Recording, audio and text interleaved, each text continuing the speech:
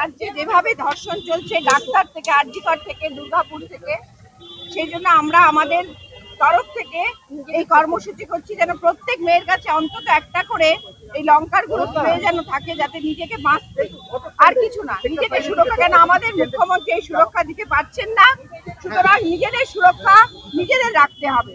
এই কর্মসূচি আমরা নিয়েছি। মহিলাদের হাতে লঙ্কার গুঁড়ো দিয়ে অভিনব প্রতিবাদ বিজেপির। করুণাময়ীতে এইভাবেই প্রতিবাদ জানালো বিজেপি, যে প্রতিবাদের নাম দিয়েছেন অপারেশন লাল মির্চ। রাজ্যে মহিলাদের কেন নিরাপত্তা নেই? মুখ্যমন্ত্রী জবাবদার, পুলিশ মন্ত্রী জবাবদার, এই জবাব তোমায় দিতেই হবে। অপারেশন লাল মির্চ জিন্দাবাদ, নারী শক্তি অপারেশন লাল মির্চ জিন্দাবাদ।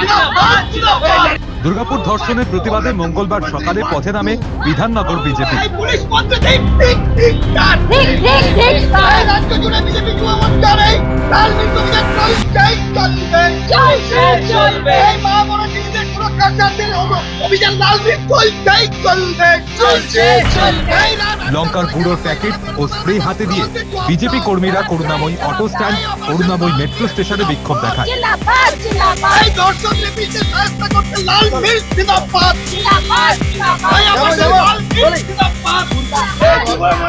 আগত মহিলাদের হাতে তুলে দেওয়া হয় এই লঙ্কার গুঁড়োর প্যাকেট ও স্প্রে।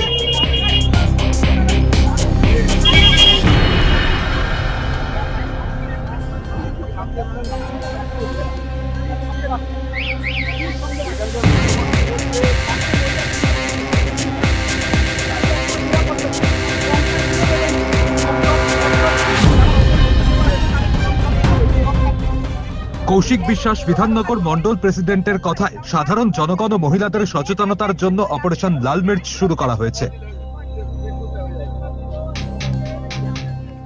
প্রত্যেক মহিলাকে লাল মির্চ ও পেপার স্প্রে দেওয়ার চেষ্টা করা হচ্ছে, তারা যাতে নিজেদের কাছে সেফটির জন্য রাখতে পারে। রাজ্যে মহিলাদের নিরাপত্তা নেই, নারীদের সুরক্ষা নেই। মুখ্যমন্ত্রী বলছে রাত 7টার পরে 8টার পরে বাইরে বেরোতে না। দুর্গাপুর কাণ্ড, নারিয়াল কাণ্ড, বিভিন্ন জায়গায় এরকম হচ্ছে।